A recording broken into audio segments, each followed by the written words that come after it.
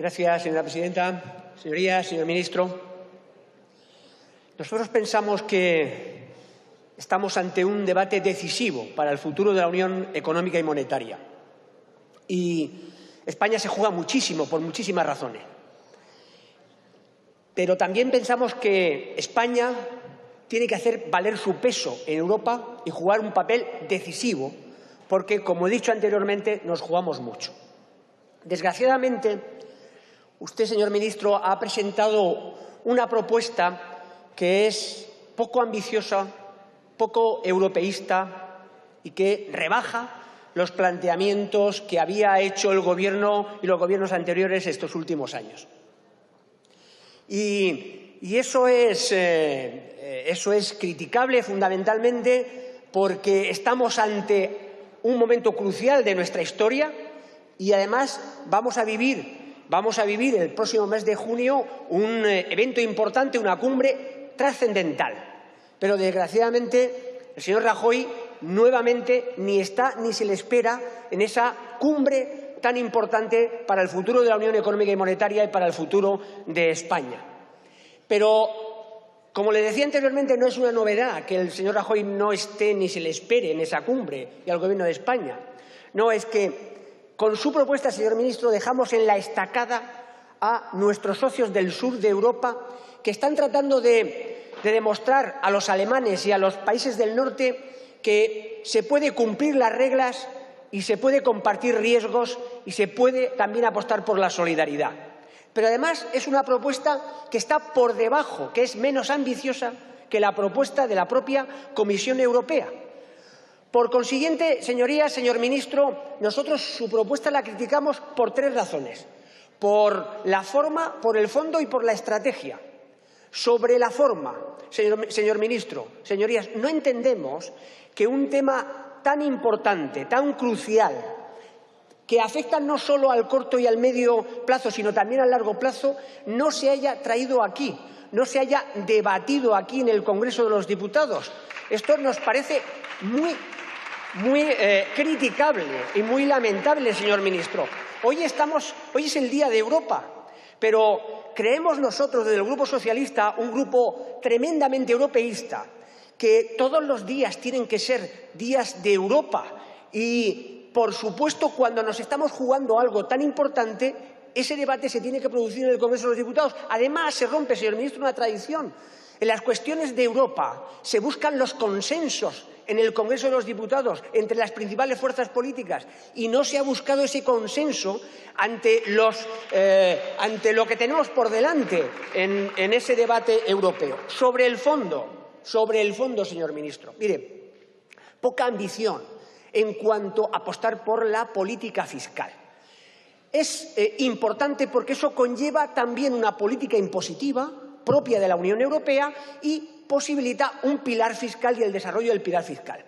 Pero su propuesta se centra en la unión bancaria. Y yo le reconozco a usted, señor ministro, que la unión bancaria para España es muy importante.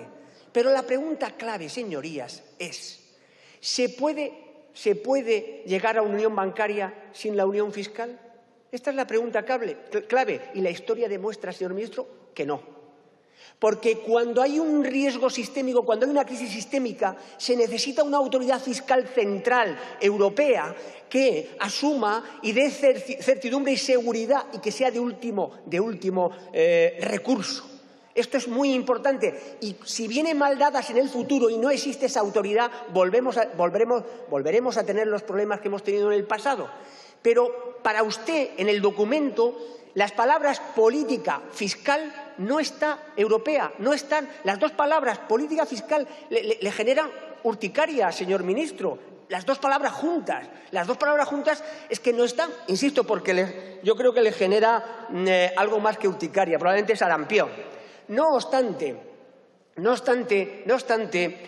al menos en el corto plazo, hay elementos que nos pueden conducir a la unión fiscal. Hay elementos que nos pueden conducir a la unión fiscal para romper ese vínculo entre riesgo soberano y riesgo bancario. Por ejemplo,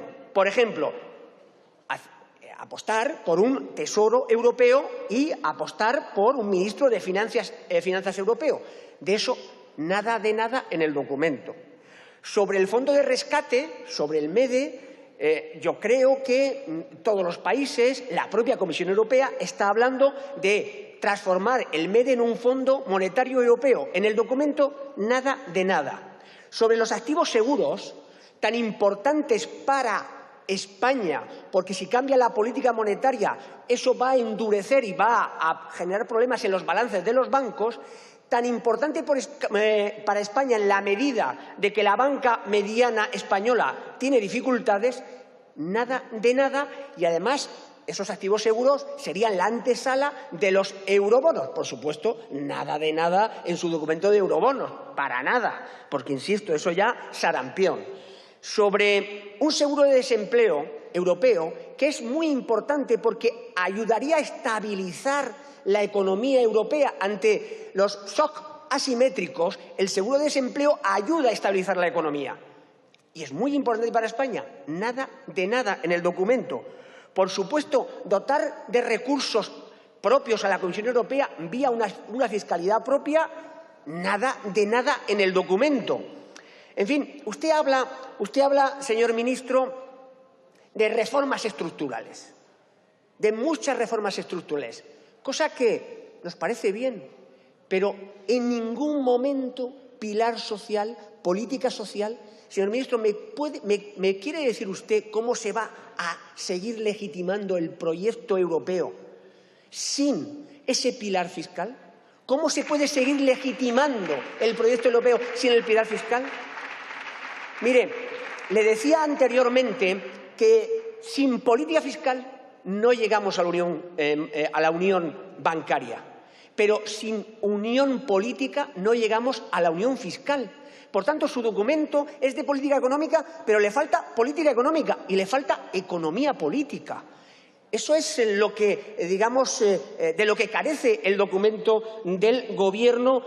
Claro, ante ese documento, señor ministro, ante ese documento tan poco ambicioso, ¿cómo el Gobierno va a decir algo sobre el nuevo marco financiero plurianual que ha presentado la Comisión Europea?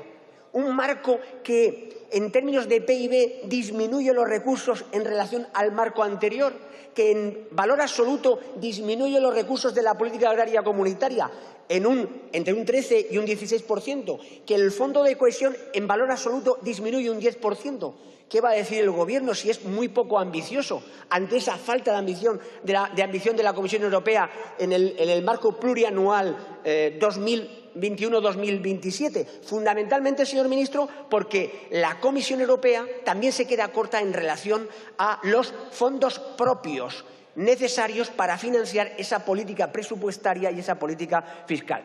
Y le decía al principio de mi intervención que no estábamos de acuerdo y era criticable el documento que ha presentado por tres razones. Por una cuestión de forma, muy importante para nosotros, por una cuestión de fondo, pero también por una cuestión estratégica. Usted lo que nos puede decir, o me puede decir a mí, es no, he planteado un documento pragmático desde mi punto de vista para que España pueda influir de verdad en la toma de decisiones.